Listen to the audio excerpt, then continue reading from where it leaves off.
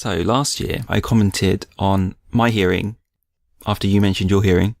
So I downloaded an app because there's an app for everything these days. And I think my ringing is at like 15 decibels all the time. And I am, for my age group, I am in like the 95th percentile of bad hearing. My hearing is quite bad. That's terrible. Don't tell me that. Don't tell me it's terrible because I know it's terrible. So I should give you this test. Wait. How long does this test take to do? 6 minutes. 6 minutes. Do you have time? Should I have to do it now? I'm going to give you the test now. Okay. And we'll report back.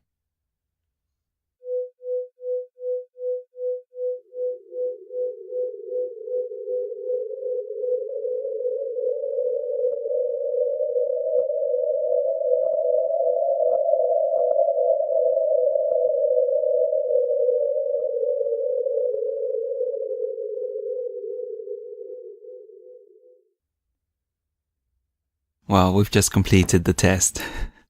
You did quite well. So, I apparently hear better than 87% of people in our age bracket. And you hear worse than 95% of the people in So we're literally at other ends of the scale. But this probably explains why I'm like, Ting, you got to stop. There's like this crazy noise going on. And you were like, la, la, la, I think it's fine. It's like, no, someone's like drilling above us. You know, there's like fireworks going off next door. And you're like, really? I can't hear it. Well, now this explains so much. Wow. What did you do? Did you used to work in like... No, I just listen to music quite loudly. I used to listen to the music quite loudly. How loud are you listening to it? No, maybe too loud. So you're fine. Your hearing is perfectly fine. It's perfectly fine. Wow. Yeah. Well, that's unexpected.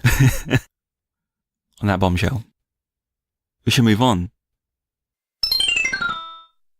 Welcome to Lost Levels Club. Welcome to Lost Levels Club. We're a book club for games. But not today. I have with me Sir Michael. Hello. And myself. Ting. I suppose I should say Ting. Thanks. So, where are we picking up from? 2018 again. But it's not 2018 again, because we already celebrated 2018 in the last podcast. This will be the first podcast episode released in February that we're recording in advance because I'm going on holiday yet again. Sorry, I can't help it. By the time this podcast is released, you will have quit your job. Yes. And be temporarily unemployed before starting your new job. Yes. And I will be on a ski slope somewhere. Skiing or boarding? Skiing. I don't know why. It's just what I learned first. Are you good? Not especially. I don't know. It's very hard to tell. I mean, no, I'm not good in an absolute sense, but I'm not bad. What colour are your runs? I would usually do blue and red. I can do a black run. Like, I would not be at risk of death. Well, I would be at no more risk of death going down a black run than anyone else. You know, like, it's obviously difficult. And I'm not one of those crazy people who can, like, shoot down at 200 miles an hour by putting the skis together and, like, you know, rocketing down. I mean, I would find it difficult, but I could competently do one. Sorry for some. Sorry. It's the only sport that I do. So now will be a good time to pick up what we've been playing, I think. It's been a while. Has it really? Has it not? Well, thanks to all of the crazy time skipping and recording in advance, there hasn't actually been that much time left. There's less time left. You'll be on holiday anyway. Are you taking your Switch with you? Well, so the funny thing is, I brought my Switch with me when I went back to the UK for Christmas, and I actually did not play it at all. I literally opened up the case once to recharge it because I didn't want it to completely flatline, but I didn't play it at all. I originally intended to play Golf Story. I didn't play Golf Story. I literally didn't play it. What about on the plane? What'd you do on the plane? I watched the in-flight movie. I watched it. So what did you play? What did you play? The only thing I actually played while on holiday was Gorogoa, which is the one Jonathan Blow said, it's really good, you should play it. And Ars Technica also had a review of it that was very positive. So I bought it and I played it. And finished it? and finished it. It was very good. I finished it in 78 minutes. I could have refunded it, but I didn't because I'm not a terrible person. So yeah, it was good. I enjoyed it, even if it was very short. It was quite, well, was it inventive and imaginative and all the things other people were saying? Have I played anything quite like it? I haven't played anything quite like it, but neither would I say it was groundbreaking. It was just a clever puzzle game with very nice artwork. But not clever enough. Well, it's not as if it was a genre-defining game. It's not like it's like, oh, now Gorogoa exists. There's going to be this whole other kind of puzzle game that will be created. There are puzzle games that have spawned genres. You know, like Tetris has spawned like a genre of Tetris-likes, or actually pretty much just Tetris clones. Match 3 is like this whole genre of puzzle game. Like Portal, the concept of portals has become like a huge thing. The Witness, I don't know really what that's done. Cereal box games. But Gorogoa is, I don't know. I'm sure I have played things like it, but I couldn't quite say what. It's kind of like a hidden object game, really. It's just like a cleverer hidden object game with some sliding puzzles and lateral thinking. There's like bits of like Professor Layton or something in there too. I mean, it was fun while it lasted. It was pretty short. It was inventive and imaginative. I'm not quite sure it deserves all of the mega hype and coverage it's been getting. Well, I mean, no, that's unfair. It's a good game. It deserves the coverage.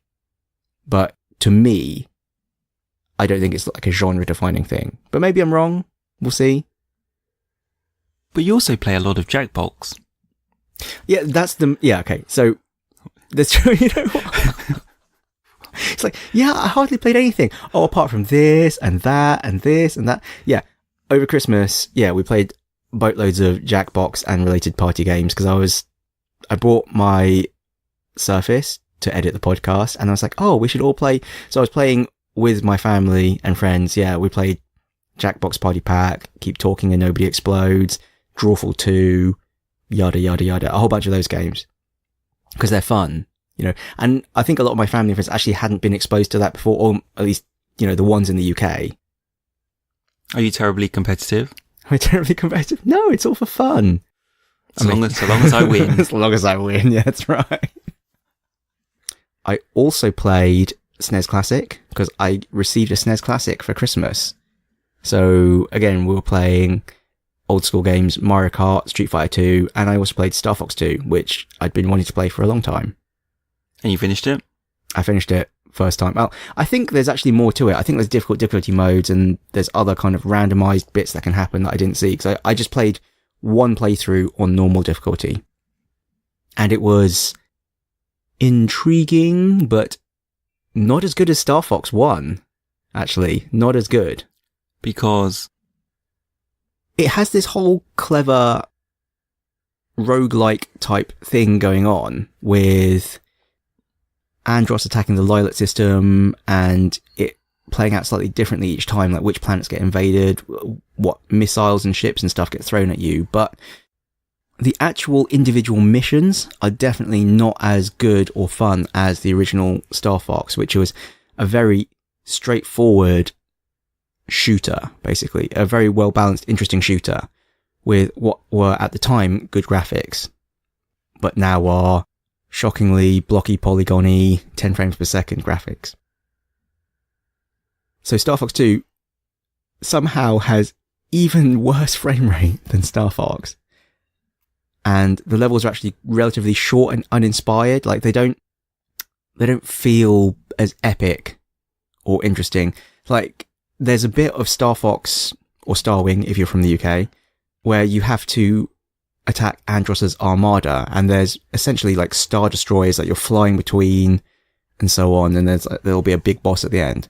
And in this, you can attack one of those star destroyers, and you know, you're flying into it and it looks really epic, but it's over very quickly. You kind of just like fly at the star destroyer and then like land in the hangar and convert into like a walker tank, and then just walk through some very boring looking corridors and blow up a power core. And it's like, there's no excitement. There's no like pacing to it. So you can kind of see why they didn't release it in a way. A lot of the best elements of it, I think, did go into Star Fox 64, which was more traditional in the sense of it played a lot more like Star Fox or Star Wing, where you had the linear paths and it was a straightforward shooter. And then the kind of strange, you're on a walker walking through a very blocky base, I think that actually came in some of the later GameCube games, and people complained it wasn't fun. And yeah, it's not really fun in Star Fox 2 either, so I guess they do know what they're doing. Impromptu review of Star Fox 2 done. Wouldn't recommend. I would recommend playing it if you get the chance, but I wouldn't buy a SNES Classic just for Star Fox 2. But there's plenty of other really great games on the SNES Classic, so I would pick up a SNES Classic if you're interested in any of the others. Also, I completely got my butt handed to me on Mario Kart and Street Fighter 2. You know, I've played these games before against other people, like at the Retro Games meetup and stuff, but it's all been like, oh la la, we're all having good fun, whatever. And no one's been particularly, like, despite the fact they're all retro gamers, none of them are particularly good at these games. And so, just my natural memories of how to play these games from the past has been good enough to, you know, carry me competently through. And I'm, you know, competitively on a level with these other people. I could win at least half the time or more. One of my friends from the UK buys like Retro Gamer magazine, is also into retro games and stuff.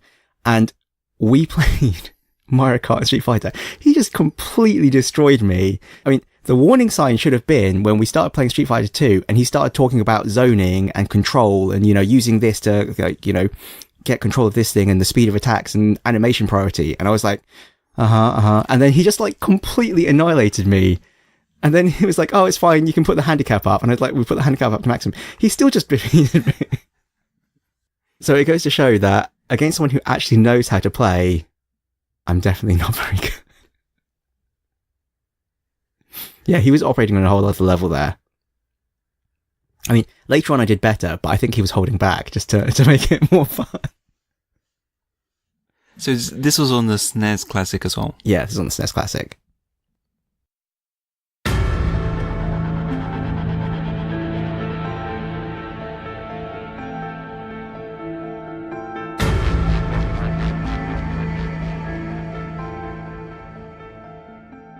Have you played any PUBG recently? I have played a bit of PUBG since getting back, but nowhere near as much as I had before Christmas. I mean, the thing is, I have been busy, and I actually have only been back for like a week and a half. But yeah, I played a bit, and actually we've won quite a few games as well. Since coming back, we've actually been playing in first person, surprisingly, rather than third person. And I don't know if it's just that in Asia nobody plays first person, but we're doing really well. Like, on average, we are top 10 or winning. And there have been, I mean, maybe again, it's because we've only just started, well, I've only just started, so my ELO or my matchmaking rating was really low. But again, there have been times when someone's been shooting at me and I've just been like, oh, they're a terrible shot. And I've just like stood out in the open and just headshot them, even though they had the drop on me and were shooting at me first. You know, it's like, learn to shoot, mate. Bang. I'm just going to loot your body now. It's like, thanks for the 4x scope. Sorry, I'm just the funny thing is also,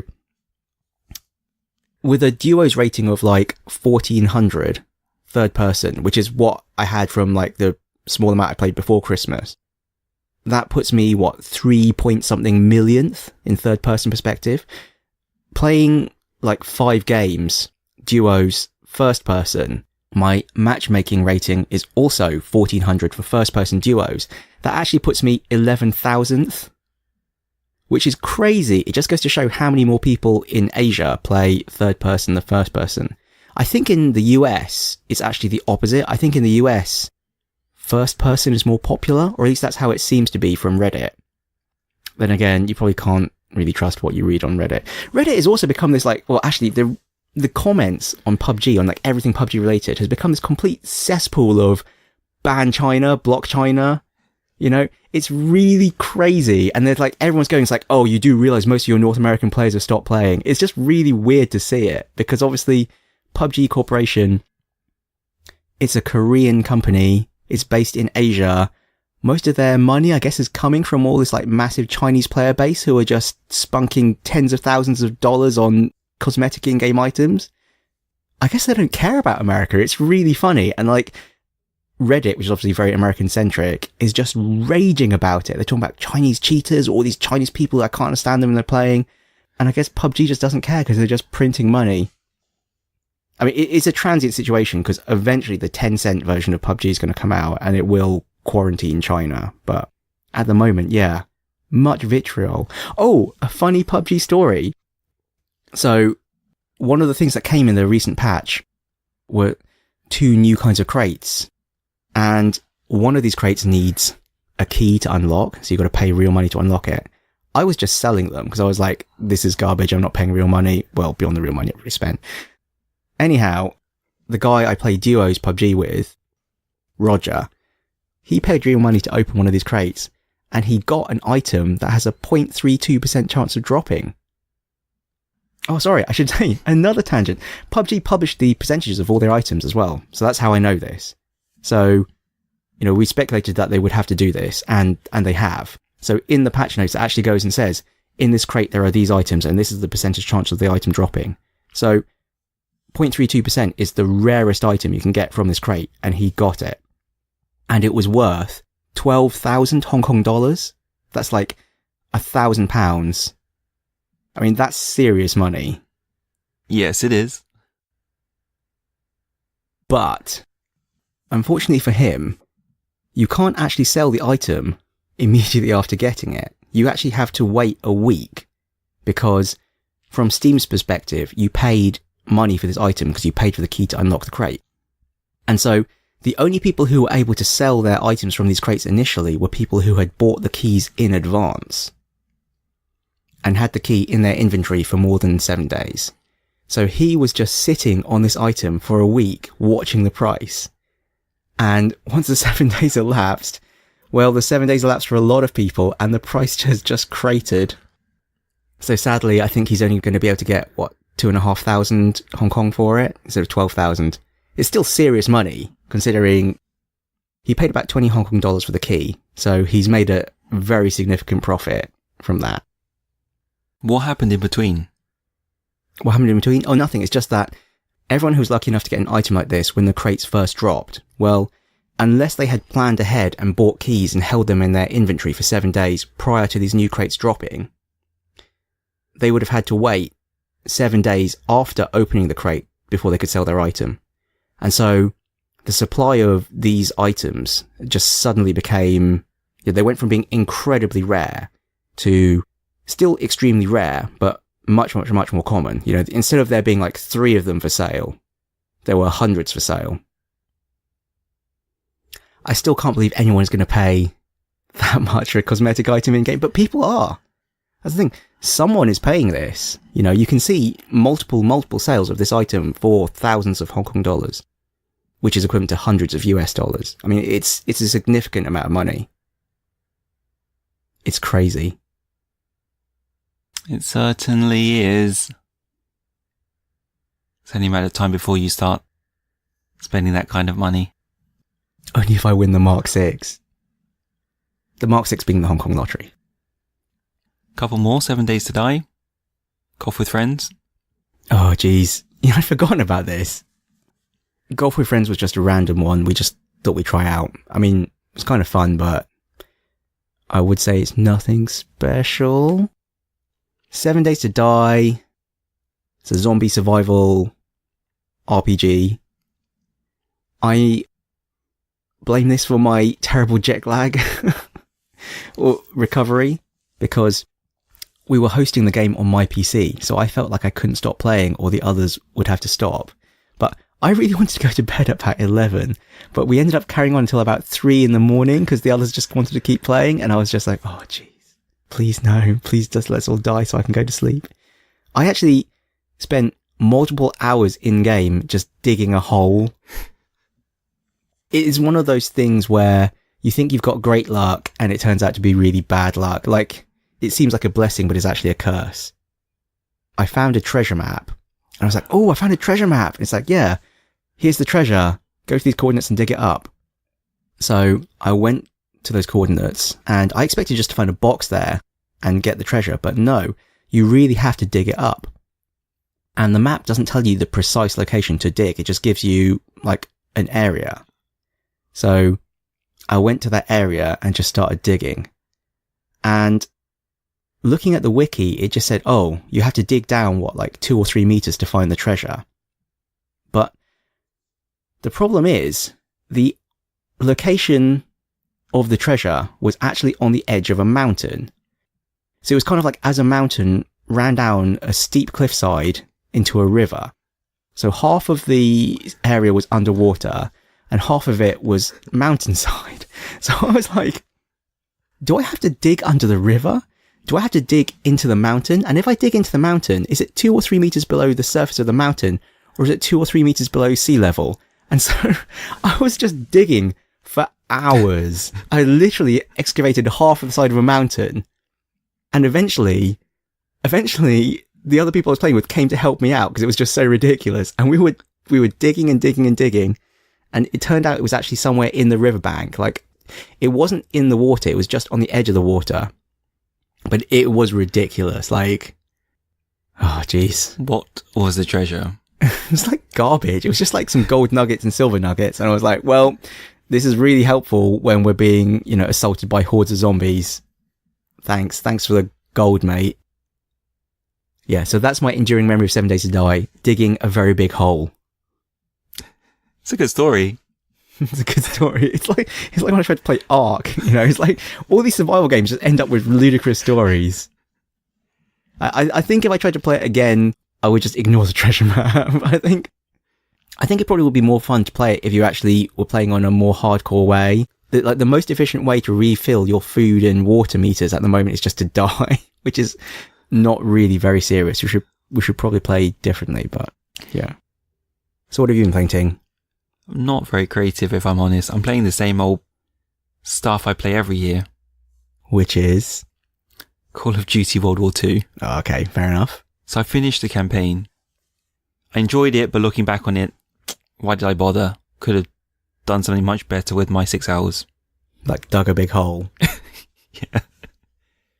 And I got FIFA 18 from my brother-in-law. So I played some of that. I tried to get away from it, but it came back. Stupid game.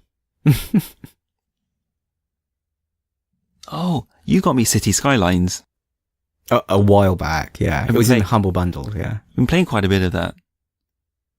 Have you played any? I've not played any, no. It's quite good. City Skylines is less about the simulation-y, balancing the budget aspect and more about just making a pretty city, isn't it?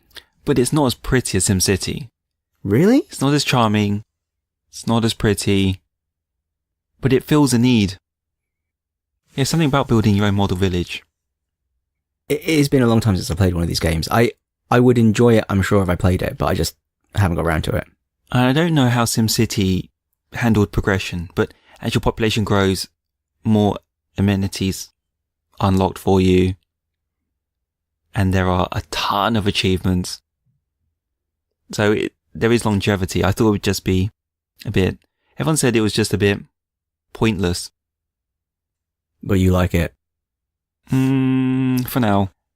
I might get bored of it later, but so far so good. And I wanted to say I finished Mario Odyssey. Finally. So like you finished the tutorial? Yes. And I know this week I've been talking to you about what next? What's your plans for it? What should be my plan for it? I think I've come to the conclusion that I'm just going to play as much as I can. And then once I've done exploring it once over, I'm just going to call it a day without a target for once in my life. So I'm not going to try and get the dark side of the moon nor the darker side of the moon. Spoilers, Ting, spoilers. Well, mild spoilers. Yeah, there's a couple of places you can get to after the end. I mean, we should talk about Mario Odyssey at some point when we've both played enough. Well, I mean, whatever enough means for each of us. So in the same way I played Zelda, I just found all the shrines I could, didn't try too hard to find them, tried a little bit to find them, and then just called it a day. I think I'll do the same. I almost feel like I've already called it a day on Mario Odyssey, surprisingly. I played it, I enjoyed it, I finished the game, or the tutorial, depending on how you look at it. I beat Bowser, got back the princess, and then, yeah, now there's this kind of post-game exploration, get more moons, unlock a couple of extra additional areas. That's where we're both at now. So, I don't know. I kind of feel like will I pick it up again? Will I put it down again? I'll play it when I feel like playing it. Right now, I don't particularly feel like playing it. So you've made no concerted effort to, or you've unlocked one. Yeah, extra. I made a concerted effort to unlock the first of the additional areas.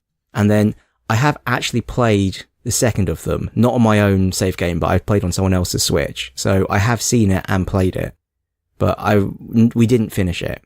It is actually genuinely the thing is actually, Mario Odyssey is genuinely quite a difficult game. I do think we should talk about it at some point in the future when everyone else is bored of it and everyone else has talked about it and we're like a year late, but we should talk about it at some point. It's much more satisfying for it. The fact it's challenging. And the last one I put down was TF2. So this game is 10 years old now. I don't know if I talked about it at the end of last year. So they have the Jungle Inferno update. I have literally no idea about anything to do with TF2. Like, I played it when it first came out. I haven't played it since, but I basically haven't played it since they introduced all the hats, which is basically like 9 years ago, so. This thing is still ongoing. I can't believe it's still going. And they have contracts. You have to buy the contracts. What? They're just achievements. As I understand it, they're just achievements. Do they reward you hats? I think there's loads of rewards. There's rewards everywhere. And there's like a graph of contracts. You do this one, unlocks another one. And then they'll split. You can choose between the two and you just progress through the graph like that. It's pretty in-depth. And I can see why it's still going. This is why we don't have Half-Life 3. They say at Valve, people can work on whatever they feel like. And for some reason, they've just decided to make graphs of contracts and many hats instead of actually... What the hell? What have Valve done?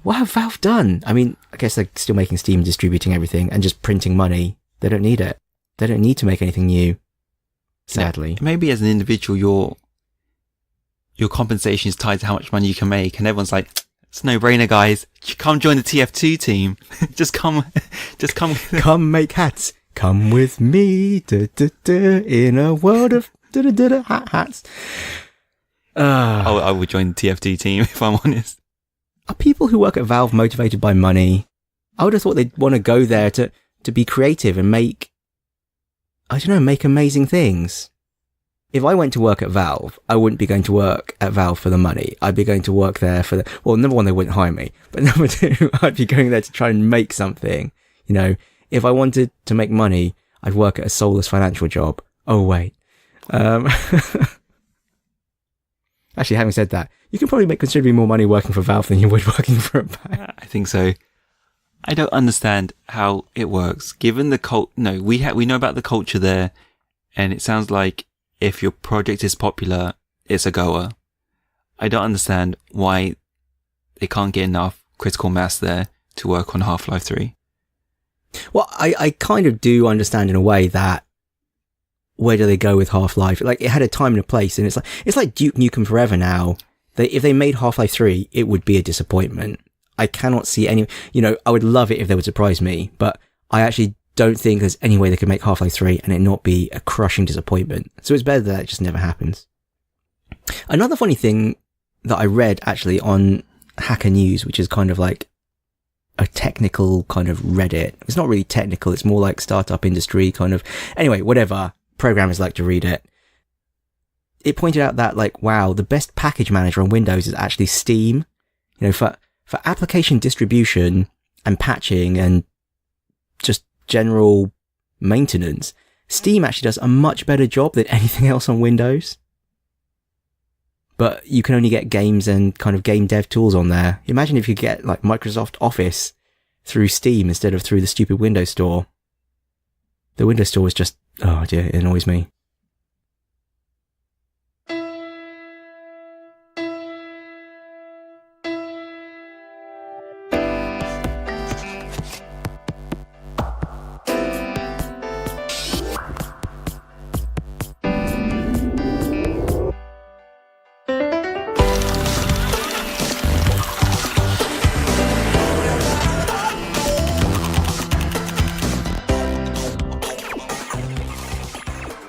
So, this week, recently, The big news as of the moment we're recording this podcast, which may or may not be big news by the time this goes out, Nintendo Labo. I saw a really funny meme, as you know I love memes, showing Shigeru Miyamoto and some loot boxes, and he had like his arms in X shape and was making a sad face. And then it showed Miyamoto and a cardboard box, and he had like 2 thumbs up and a big green tick. So, imagine Google Cardboard. No, wait, Nintendo Cardboard. Yeah, it's just cardboard bullshit and Nintendo games. Actually, no, I'm being really unfair. It actually looks really cool. I actually think it looks really cool and very clever. what is it? Let's go back a step. Well, actually, yeah. What the hell is it? You describe it, Ting. So, the Labo kit will give you some software and a bunch of cardboard cutouts, and you just push out these cardboard cutouts and you can construct a fishing rod, a steering wheel, a piano. You slide it all together, and as part of that construction you can slide in your Joy-Cons, and it'll make use, I don't know, of the gyroscope or the infrared, and there'll be maybe a place for you to slot in the Switch console, and you can interact with it. So maybe you have a steering wheel, a Joy-Con is attached to it, and you'll have a screen to show you where you're driving. I don't know if that's real or not, I'm just making it up. Yeah, I think there was a steering wheel on one of them. I don't think they've shown what game goes with it, but they just showed all these very elaborate kind of origami constructions out of cardboard. And some of them are really elaborate. There's all sorts of string and pulleys and stuff inside them. There's 2 sets, I think. Well, number one, they call the cardboard things that you make Toy-Cons, which I thought was quite cute. And then there's 2 sets. So one is just kind of like these RC racing cars. Well, I say RC racing cars. It's more like a little like insect almost that you can put the Joy-Cons in and like drive it around, like a little figurine of a man who can kind of like walk or like fall flat on his face in the demo video. Like a piano, a little house. So there's one set that has that. And there's another set that has like a robot that you control, like a giant kaiju robot. So you put on this backpack and like there's a sensor on your foot, a sensor on your arm maybe, and a sensor on your head. And it shows this guy wearing this backpack and like punching with his arm, and the robot on screen punches as well and like smashes down a building. And then he kind of like ducks down and the robot transforms into like a car and like drives off. I mean, it looked really cool. And then the really clever thing is, how is this all done? Because if you think to the kind of Wii era of bullshit plastic peripherals, it was all kind of custom weird. Well, actually, no, there were 2 distinct types. You had the types that were just literally plastic shapes, like the stupid golf club or the little steering wheel. And then you had another type, which were obviously actual literally custom controllers that you just plugged the Wii controller in as a means of communicating with the console. Really by that, I'm thinking of things like the Guitar Hero guitars, for example, that kind of thing. How do these Toy-Cons work? They're all just cardboard. But I guess the infrared camera in the right Joy-Con actually has enough resolution and distinguishing capacity to tell like the distance and read certain kinds of like patterns on the cardboard. So, you know, the way the piano works is by detecting which key you've pressed by looking, you know, it's like a lever. When you push the key down, it's going to move the key inside the box that the Joy-Con is pointing at. And it can tell from that which key you've pushed to make the appropriate noise. And then you're putting in this like cylinder that has like different colors of like black and white stripes on it. And it can read which way you've turned that cylinder by looking at like the barcode essentially on it. It seems very clever. Even the robot, the way it's detecting which of your limbs is moving is by you holding kind of, well, a rod connected by a string, which is pulling a pulley, which is moving a white strip up and down inside the backpack. And the infrared camera is just watching that white strip. So by looking at how far up and down it's moved, it can infer how far out your arm is extended. It's really smart, actually. I mean, time will tell whether it really plays well. It's so cute. The one I actually thought looked the cutest was the little house. Did you see this? There's a little house, and it shows you put like the Joy-Con in the chimney of the house, and then it shows him like putting in this like button on the side, and it'll go boop and hitting the button. And inside the house on the switch, which you've kind of put on the front of the house, like it's a big window, you see like this tap appear, and then he like, when he boops the switch, like the tap turns on and the house starts flooding, and there's a little person inside the house like running around panicking. It looked really cute. So there are different ways to interact with that house. I have literally no idea. I mean, what I was saying would be really cool is if they kind of opened it up to kind of like mashing up or hardware hacking yourself, because if they let you kind of choose the calibration and detection of the Joy-Con yourself and let you build your own different kinds of cardboard construction, I thought that would be really cool, rather than just taking their pre-built kits. Yeah, but then there has to be a Labo store. Yeah, I guess what I'm saying is, you know, we talked about Dreams, which is like Little Big Planet, you know. Imagine a game with the kind of design capabilities of Dreams and Little Big Planet that could also interact with the real world by combining it with the Toy-Con style, making a cardboard shape and detection of the Joy-Con. You could make a game in the Dreams Little Big Planet style, and you could also make your cardboard cutout design and put it on the internet for other people to download and enjoy. I mean, it's a lot of work. I agree. Hardly anyone would probably really do this, and that's why maybe it's not worth their while to do it. But it would still be really cool. I'm sure hobbyists will do it. Yeah, I mean, if you look at the really elaborate creations people make in even stuff like Mario Maker, people have made really elaborate and really clever stuff. If you give people the tools, they will make it. Would you buy it? No. No, me neither. I'd really like to play it. I don't think I'd buy it. Even if it's quite small when it's all flat packed, once you've built all this cardboard nonsense, you know, where are you going to put it? I also don't think it's really aimed at us. Yeah, it's the cardboard nonsense that's annoying. You could buy it for, you know, baby Abby. Yeah. She's probably a bit young. I know. She might like to eat the cardboard. Like, you can eat other cardboard, but please don't eat this £60 cardboard, please. At least you won't eat the cartridges. At least we know that for sure. Yes, that's true. So on top of that, you can buy stickers, stencils. Yes, there's like a customization kit that so you look, can put on as well. The customizations look cool. I'm really excited that I live in a world that allows for this madness.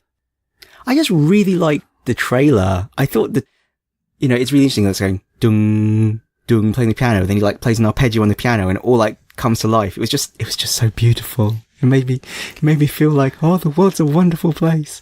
What a world we live in. They can make cardboard come to life. Yes, I agree. It's madness. It's madness that this is allowed. I don't believe any other film would allow it. Yeah, and there's the bit which is like the Tweety bird, or like a camera, or like a flare gun. It's like all these other crazy things that, you know, they showed. They didn't show the games that went with these, or whether they were even in the Labo Pack 1 or something. But you can see that they have other ideas. There's further they can take this. So 2 more questions for you. One of them was Amiibo. Oh man, I hadn't thought of this. What about Amiibo, Ting? Yeah, what about Amiibo? Would you bring Amiibo in? You would bring Amiibo in. I don't know if you bring Amiibo in. I guess they would bring Amiibo in. I mean, I obviously am not a huge Amiibo fan, so... Yeah, you could have your Amiibo in the house. Yes, I suppose you could have your Amiibo in the house. I'm just shaking my head now. I'm just thinking, oh geez, way to bring me down, Ting. And the second one was, what do you think the expectation is for this? In terms of what they really expect to achieve for it to, you know, for them to continue. How many times can we sell cardboard for $60? A lot. It's smart. It's cool. It's Nintendo's going back to their roots as a toy company.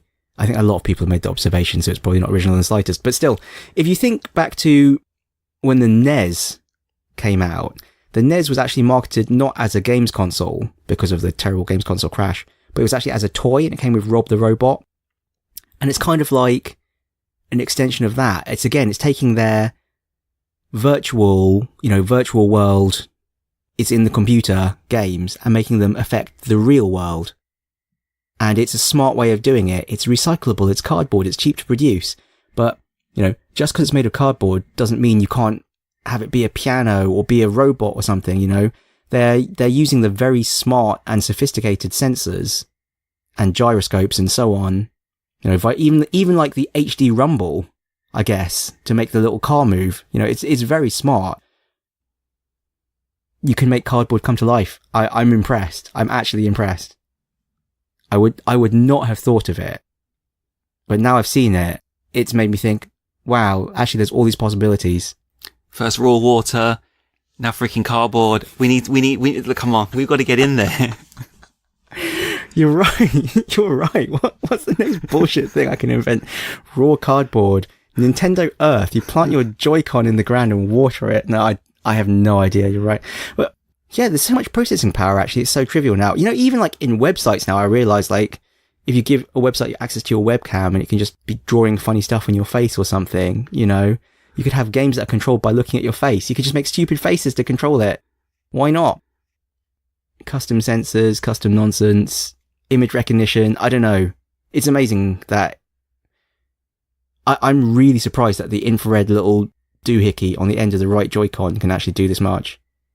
Because previously all I'd seen was that stupid game in 1-2 Switch where you have to pretend to eat the sandwich.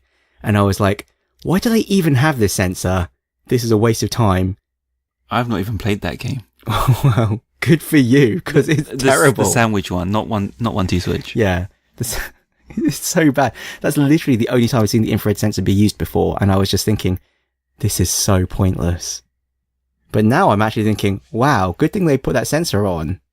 You know, now I understand why it exists. And it must actually do more than I realized if it can do all the stuff we're seeing in this Labo, you know, Labo video. Did stocks go up as a result of this? I think they did. I think they went up some crazy amount. Oh, I don't understand this world. They really, I guess the margins are just too good. Yeah, they realised they can sell cardboard for a significant amount of money. I don't understand. We've got to have a world where eat dirt. Look, we've got some special dirt for you to eat. Please buy it from us. You know, people do actually eat clay from this particular forest in Germany or something. It actually is a thing. I'm not even making it up. We need to get in on that. We need to get in on this nonsense.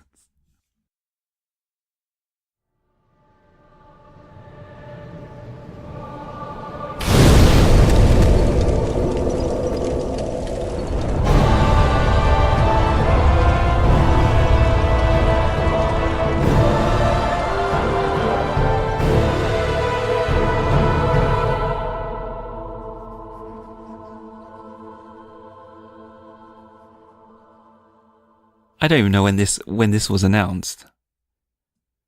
But there's a lot of hoo-ha about Dark Souls being remastered for all four platforms. So wait, all four? Oh, wait, okay.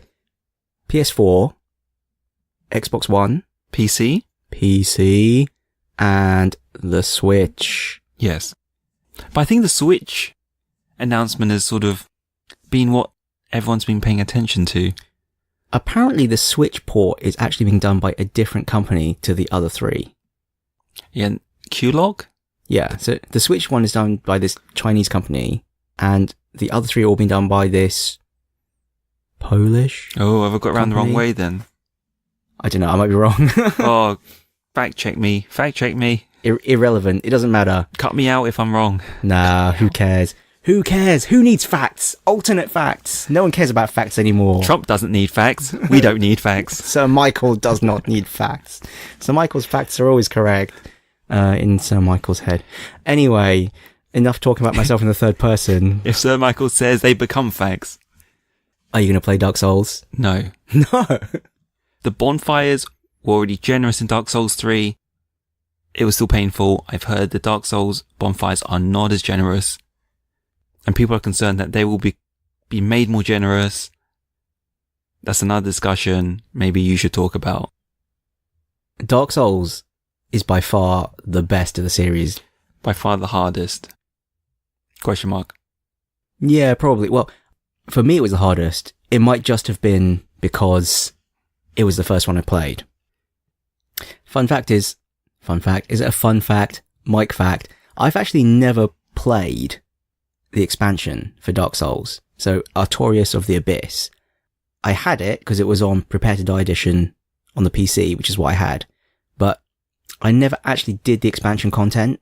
I started it and I just found it so hard that I was like, oh, I can't deal with this. I think if I were to go back and play it now, it would be fine. But at the time, I just found it too traumatic trying to play the expansion because I was a wuss. You know, now I've got good, get good, got good. What's the past tense of get good? I guess it's got good. I'm sure it'll be fine and fun now. I'm such a wuss. I can't do it. I don't know if they made it so all the bosses were something more like Teletubbies. And if it's all set up in Teletubby land, maybe I could do it all. Just summon help. Just summon help. That's all you have to do. I'll do that. If I go in again. We don't have to play it, Ting. It's fine. But I was kind of hoping that they would put it on the Switch, and I wasn't expecting a remaster on all the consoles, but great. Even better. I guess it will, because you could already get a fan-made patch called DS Fix for Dark Souls on PC that actually unlocked the resolution and frame rate and made it look way better. So I guess this remastered edition is just gonna natively support that and probably, you know, bring in all of the Dark Souls 3 kind of better looking textures and models. And maybe some of like the cloth physics and stuff too. It has been a while since I played it. It probably does not look as good as it does in my mind. So I'm looking forward to this remaster. So all I know, it's now 1080p, 60 frames on the PS4 and Xbox. I'm not even sure if there's a PC remaster now. Can you make it a fact? Can you just confirm it? Yes, there is. Fact. We need like a massive stamping sound.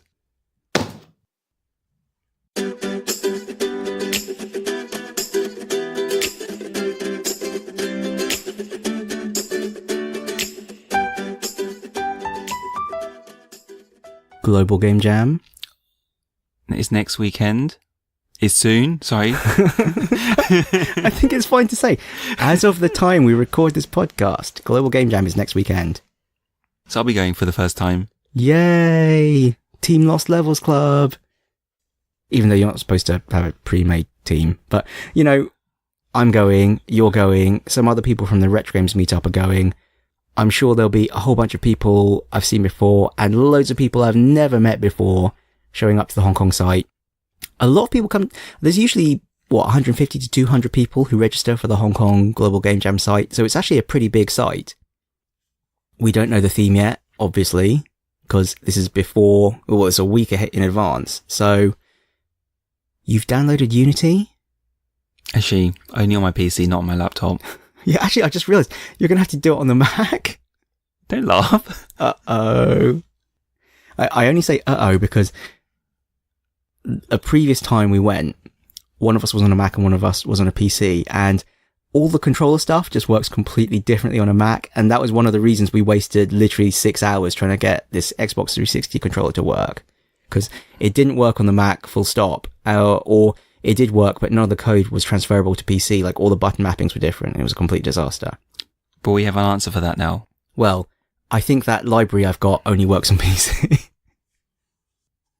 Anyway, doesn't matter. We'll figure something out. I hope so. Yeah. So it's your third year. Yes. So if you're progressing if you're making the same leap as you did from year 1 to year 2, year 3 should be fantastic. Yeah, let's hope. Hopefully get started a bit quicker. I can remember a bit more Unity. You know how to handle the politics. How to handle politics. Yeah. Ignore everyone else and just do what I want to do anyway from the start. Yeah, it's like, I can count on your support, I hope, Ting. Of course, that's why I'm there, right? Yeah. We'll pass a motion in the Senate to make me supreme leader of whatever our team name is. I don't know how it's going to shake out, but I am looking forward to it. I don't know, I've really enjoyed it the other 2 years I've gone. And I've come out at the far end of that weekend, you know, feeling really positive about like game dev and, you know, making something in a short time, hackathon type, you know, creativity. So yeah, I'm hoping it's like that again. Hopefully have something we can run with.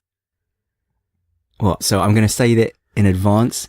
I think we should make something fun. I think we shouldn't make anything too high concept. I think we should make an actual game. Let's see if that plan survives. It's all up to you, isn't it?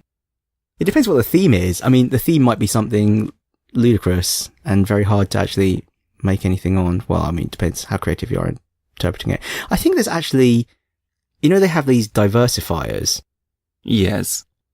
They give you optional suggestions for kind of challenges you can meet with your game. And one of them is cardboard, to make use of cardboard with your game. And it was just really timely because obviously Nintendo Labo. So I'm wondering if we'll see many people there make games involving cardboard or try and do something Labo-like. I wonder if anyone just bring a VR headset. I mean, they could. You need quite a chunky PC though to run anything serious with VR. Well, you say that. There's like the Samsung kind of one designed to be powered by a phone and stuff, so maybe not. So we'll see. So we shall see. So we went to Global Game Jam. It's a time skip. It's the future again. Global Game Jam has been and gone. I went. Well, duh. You already said you were going to go. And I went too. I can flake. You can flake. True. So we made a game. Should we talk about the game or should we talk about the logistics? I think you should talk about it because I talked about it last year. We had a whole podcast about Global Game Jam last year. So what did you think of it, Ting?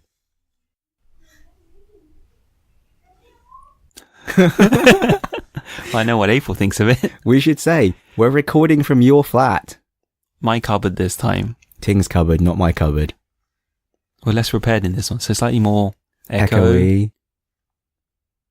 So first things first, we arrived, food was gone.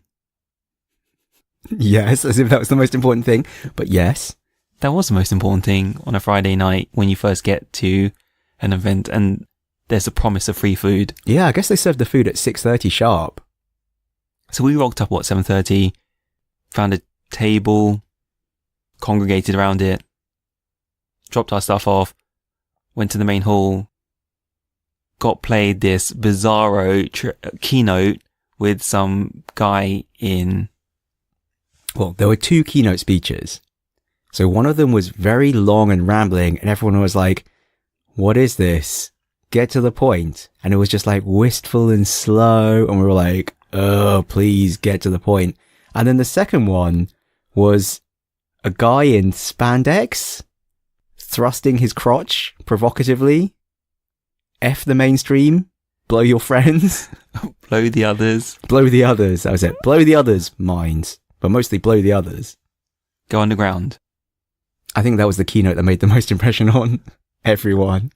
Several games used him as a fixture. That was a good way to set the tone. I don't know if that was the same for every year. Yeah, there's always a couple of keynotes. Bizarre ones like that. No. That one was particularly memorable. And the theme this year was transmission. Yes. The word transmission. So Friday night was brainstorming. We don't need to talk about that. Well, we can say a bit about the ideas we came up with. We should say, we went there and we met up with the other people from the Retro Games meetup. So we kind of had a pre-made team. Though, as usual, we didn't all go on one team. So one of us split off and did something else. And that left 6 of us working together, for better or worse. Dun, dun, dun. And then, yes, brainstorming ideas on transmission. I made a note of a few. One of them was trying to land a space module. Yeah, so I guess for this one, we were thinking the transmission obviously is the control signal to this spaceship that's trying to land. And if you are based on Earth and it's trying to land on the moon, the delay as you go further and further is going to get longer and longer. So it'll become hard to control. And I was in two minds about it, whether this would be fun or not fun. I think on the one hand, it'd be really frustrating and not fun. But on the other hand, it might be so frustrating that it becomes fun in a super jank kind of way, like QWOP or getting over it. So the next idea I think that we came up with was Space Wars. Space War. Yeah, so Space War being a super old school game where it's kind of like asteroids, but instead of blowing up asteroids, you're trying to blow up another spaceship. But again, this idea of increasing control delay as you get further away from your home planet. So you could try and play very aggressively, but then your enemy has like the home field advantage because your controls are really delayed. At least that's how I was imagining it in my mind. Goodness knows what everyone else was thinking. And then a final completely different idea was obviously transmission, radio. So there was a suggestion about making some kind of adventure game and being like a radio operator in a bunker and trying to build a radio in like a post-apocalyptic wasteland or something. But I don't think that would have been playing to our strengths on the grounds that we had 3 professional coders and 3 not professional artists, as in to say their day job is nothing to do with art. We're not full-time professional game devs, though. We're definitely not professional game devs. At least we're professional coders of some flavour. Okay. Anyway. We didn't go with any of those ideas. We didn't go with any of those ideas. Well, someone said the word lag at some point. And then in the context of the spaceship idea, we were saying, oh, well, it's like a rocket with control lag, like rocket lag. And then it was like, oh, rocket lag, that's a good name. And then, of course, rocket lag sounds like Rocket League. So we were like, oh, why don't we make Rocket League, but with RC cars, and there can be lag on the controls. So it's rocket lag. And then we had another few ideas on that theme. So the idea of maybe changing frequencies to control different cars. So you could both like fight for the same frequency to control a particular car. So maybe someone's about to score a goal, but you can just also grab control of that car and try and steer it away. Or maybe you can leave a car in front of your goal to try and defend it, but you can be playing as an attacker and then flip back to controlling the defender if you lose control of the ball. So, you know, some element of tactics there, plus the lag element. There'll be some kind of transmitter. Maybe it'll be near your goal. So again, you've got the home field advantage. Or maybe the transmitter will move around or something, just to justify the word lag in the title. So that is actually what we went with in the end. But the design process was on Friday. Would you say it went smoothly? As smoothly as possible for, you know, Friday night, 6 people trying to decide something. There was a moment when everything was just rude word lag. All sorts of something rude word lag. I don't know. I felt like it was the same as last year. What was last year? Where I was just obstinate and refused to back down. And someone else in the team was also just refused to back down. And we were both just like pushing for our ideas and refusing to back down.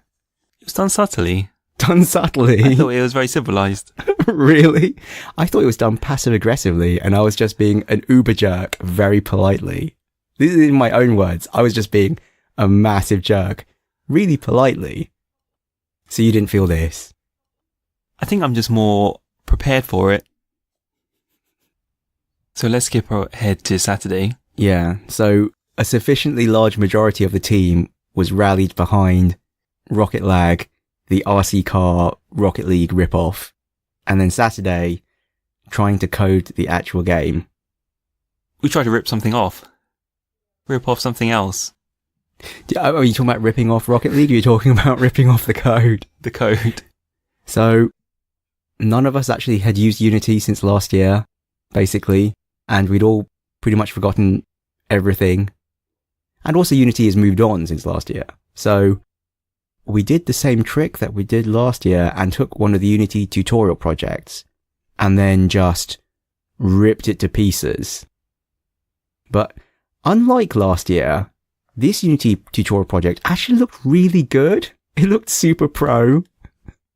And as you'll be able to see if you watch the video we made, the game goes from looking pretty awesome to being gradually demade into this pile of jank. I was impressed how we were able to deconstruct it and reconstruct it into some sort of like Frankenstein's monster. Well, we got it done. So, we did successfully manage to make a 4-player 2D remake of Rocket League, where you can switch which car you control by pushing a controller button, and also there's a transmitter that moves around the pitch randomly, and the farther you are away from the transmitter, the worse your car controls. Like its top speed like drops off and your turning circle gets bigger. We didn't actually manage to implement proper lag because we just didn't get around to it. The code would have been more complicated and we barely had time as it was. We also did a terrible job of utilizing the full skills of our team. We got, like, one guy was working on sound effects and we completely failed to integrate any of the sound effects on account of running out of time. Sorry, Roger. We did at least use the music, so that got done at least. And similarly with the art, it was a bit of a last minute budget altogether. But, you know, it worked. It wasn't as janky as I wanted it to be. It wasn't as janky as you wanted. How much jankier could it have been? You saw the levels of jank we were working with. On Saturday night, everyone fell apart seeing how janky it was. Everyone fell apart. What are you trying to say, Ting? Please give your description of the situation. No, everyone said thought it was really funny, right? I remember one moment, Saturday night, between the hours of 4 p.m. and 7 p.m, you added no value. Is that what I did? And then after dinner, you were complaining like, what is everyone doing? And then at no point had you contributed. And then I thought it was really funny. You became some sort of Uber jerk. I loved it. You were so funny, I thought. I did. Yeah, you're right. I became intensely unhelpful for a bit. I was just like flailing my arms around and going, what is this? What is this trash? What are you doing? What is this nonsense? It's like, please stop talking to me. I'm trying to code. Fine. I'll explain to you how to do your job. Sorry. It's coming back now. That was hilarious. I did actually like catch norovirus or something this weekend because we were crammed in a room full of like filthy students. Offending everyone. No one is safe. It's it's equal opportunities, So I actually, to be honest, spent a large percentage of the evening just either vomiting or pooping and feeling generally sorry for myself, which probably contributed to my foul mood. And then like you lot all went off for dinner. And while you went off for dinner, I just went and wrote a significant portion of the game without distractions. So at least we got it done. It was hilarious, actually. I did say to you, aren't you glad you don't work for me after all? Yeah, so we pulled it all together Sunday morning. It all miraculously came together. We had a complete game. Probably a very unhealthy way to make something, but I really enjoyed it. And in the end, was it fun? Yes, it was. You're right, I had the same feeling, as you mentioned in the clip X weeks ago, it makes it seem so easy. It makes it seem so easy? No, we were able to produce something in under 24 hours. Imagine what we could do with an extended amount of time. Imagine what we could do if we were actually competent at using Unity. So did we make something fun, which is what you wanted to do? Yeah, I thought on the whole it was pretty fun. I mean, it could do with a lot more tuning. But the basics of it are there. I do think I also realise now that the lag mechanic is not fun. It's not extreme enough to be funny in a janky way, but neither is it fun enough to be fun in an actual fun way. But, these things I think you can't really tell unless you try it. Yeah.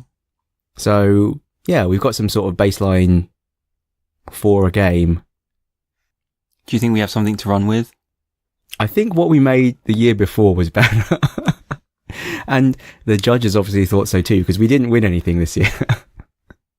Except confusion after our trailer rolled. They're like, it's over? Yeah, they cheered for us, the video to start, but there was no cheer at the end. Again, you can watch the trailer and decide for yourself. Will you be back next year? Yeah, I'll be back next year. I hope I'll be. Have a point to prove. Maybe we can actually have Team Lost Levels Club and it can just be the two of us with no artistic direction. And we'll sponsor an award as well. We'll sponsor an award, yeah, and we'll award it to ourselves. And that would be amusing. I think it was also a bit different this year because it was so huge. There were so many teams. It was even bigger than last year. So hardly anyone actually had a chance to play anyone else's game. And all the voting was literally just done on 1-minute trailers for everyone. So even if we had actually made something super fun, people wouldn't have known. And judging it entirely off the trailer, it is hard to get it across, especially since our trailer was, again, a comical montage of us making the game and showing, like, the demaking process. And we didn't even take in-game footage. We sort of took off-screen footage. You mean phone footage of the game running on someone's laptop? Should have known better. It's fine. We're going there for fun, not to win. At least I'm going there for fun, not to win. I actually quite like our Mega Jank trailers and the Mega Jank game. I do feel very slightly cheated, though, out of... Well, not that we would have won the prize, but the team that did win the prize, or at least several of the teams that did actually win a prize, didn't upload a working version of their game and didn't upload any source code to the website, which does seem against the spirit of the thing. They literally just uploaded the trailer or some screenshots, which means that you could technically win without actually making a game. You could just literally make a trailer, which does not really seem right.